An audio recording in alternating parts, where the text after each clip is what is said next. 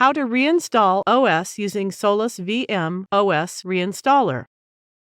You can reinstall the operating system using the SolusVM automatic reinstallation tool. Note that it will delete all the data on your VPS.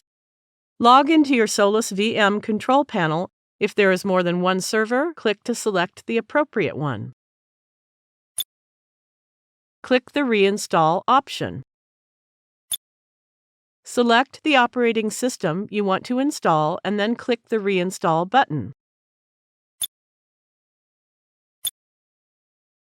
Click the Yes button to start the installation process. It takes some time to install the selected operating system. Copy and save the root or admin password. You will require it to access your VPS user account. If you want the fast and reliable hosting for your website, then the PowerHost is the best option for you.